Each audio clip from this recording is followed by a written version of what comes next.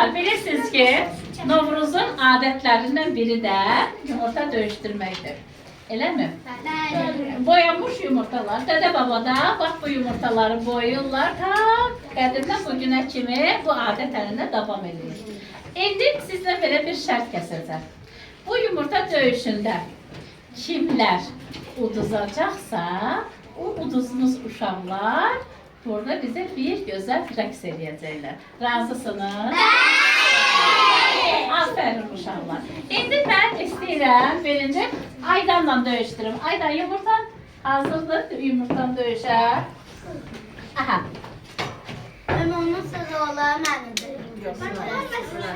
Uşaqlar, Aydan qalib gəldi. Sən uğurdun. Sonra mənim bu baxın bu bir tərəfinə. İndi mən bu dəfə Xurşud. Mənim çıxırım. Xurşud da uduzdu. Əsmanur. Aç görüm. Əsmanur da uduzdu. Gəlin alqışlayaq uşaqlar. Hələ müəllim olur. Mən istəyirəm ki, onsuz da mən uduzmuşam uşaqlar. Zəhra ilə Aysu yarışsın. Biz uduzanlar, gəlin bura. Gəlin bura. İndi növbəti uşaqlar yarışsın. Siz Ela ilə Səma. Aha, aferin. Alqışlayaq uşaqlar yoldaşımızı. Səma, sən Tunarla yarış.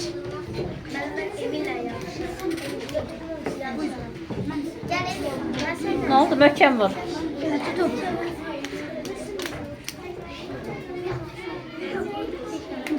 Bu çox çətin məsələ oldu. Kim qalib gəldi? Nilay. Nilay qalib gəldi. Tunar, sən o tərəfə oynamağa. Emil, İmranla yarışırsan. Yo, düzgün tutun da uşaqlar. Yumurtanı düzgün vurmursunuz.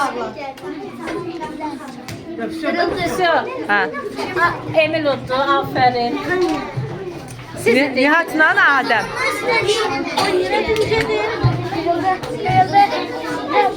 Kim uduzdu?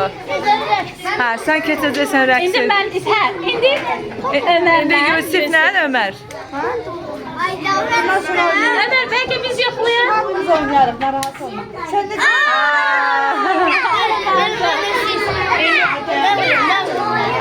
Elə yox, elə yox. Düz tut. Mənə baxalım. Müəllimə uduzdu.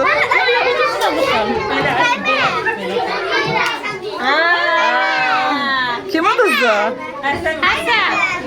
İndi Hüseynlə Əli. Kim uduzdu? Sən? Hə. Kim uduzdu rəqs eləyəcək? Səndən Banu.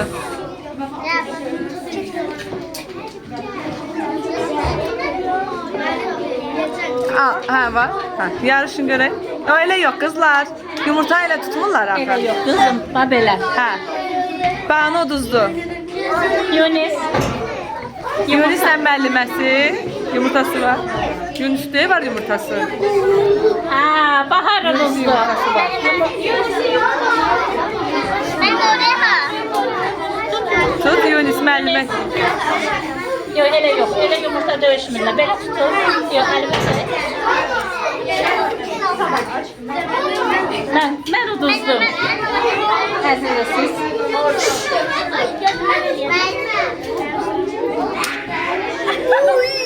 Kim uduzdu?